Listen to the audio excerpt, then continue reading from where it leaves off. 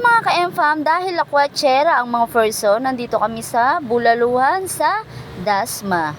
Naghahanap nga kami ng pwedeng mapagkarwasyan. Dito nga kami napadpad sa Bulaluhan sa Dasma. Saktong-sakto kasi hindi pa rin talaga kami kumakain ng mga person. So habang nag-aantay kami matapos makarwash ang aming fully paid na sasakyan, kakain muna kami ng mga person. Dahil marami kang pwedeng pagpilian dito, so sila na lang yung pinapili ko kung ano ba yung pwede naming kainin. At habang busy nga sila, andito din ako, busy-busyhan mag-video kasi natuwa ako sa pakubo nila kasi nga presko at the same time hindi ka talaga maiinip habang nag-aantay ka matapos magpa-carwash. Nga namin kumain dito, may pupuntahan kaming mahalagang importante ng mga person. Mukhang babalikan ulit namin yung place na to kasi napakasarap ng sinigang bulalo nila. For only 350, good for 4 to 5 packs. So anyway, after namin pumunta sa importanteng mahalagang pinuntahan namin, ano daw? Andito kami ngayon sa Tipsy Cow. Wow. First time nga namin dito sa Tipsy Cow, itatry namin yung Diablo Intensity XXX nila. O diba, pangalan pa lang, shoota.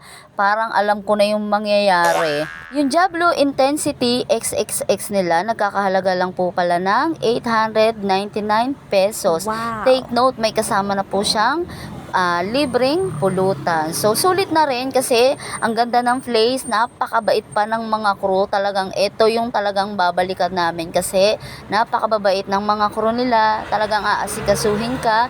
And kung ayaw mo naman ng cocktail towers, marami kang pwedeng pagpilian na drinks dito. And syempre, dito sa loob, pwede rin po kayo mag-video okay kung ayaw nyo dun sa labas. Located lang po pala yan dito sa Lot 1A Black Green Infinity Building, Burol, Main, Dasmariñas City, Cavite. So try nyo po sa Tipsy Cow Bar and Grill. So bago kami umuwi, nadaanan po namin itong nagtitinda ng mga lamang dagat. So dahil nakaraan pa po ako nagka-crave dito sa Talaba, ako yung unang magtatry kung ano ba yung lasa nito kasi hindi ko pa po talaga siya na-tatry.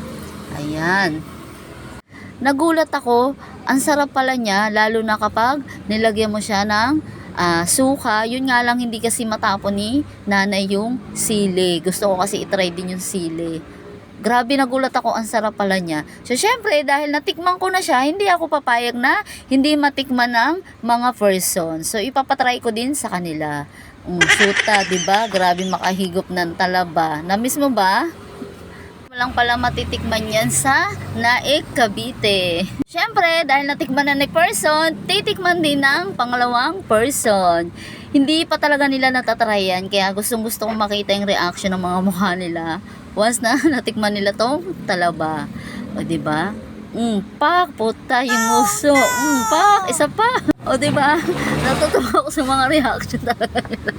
Basta grabe, ang dami ko talagang tawa nung nakita ko yung mga reaction ng mga pagmumukha nila. So, syempre, dahil lahat sila natikman nila, hindi rin naman ako papayag na hindi matikman ng aking sugar daddy.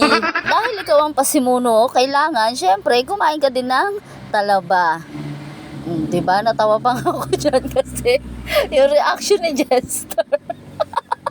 Totoo, sugar daddy. Yung totoo, halatang nilunok pa lang. Shoota ka na yung tawa sa'yo. Dahil nabitin nga ako sa isa, nagtry ulit ako ng pangalawa kasi masarap talaga siya. Pala sa iyong mother sa pinagbila namin ng Talaba. Yun lang.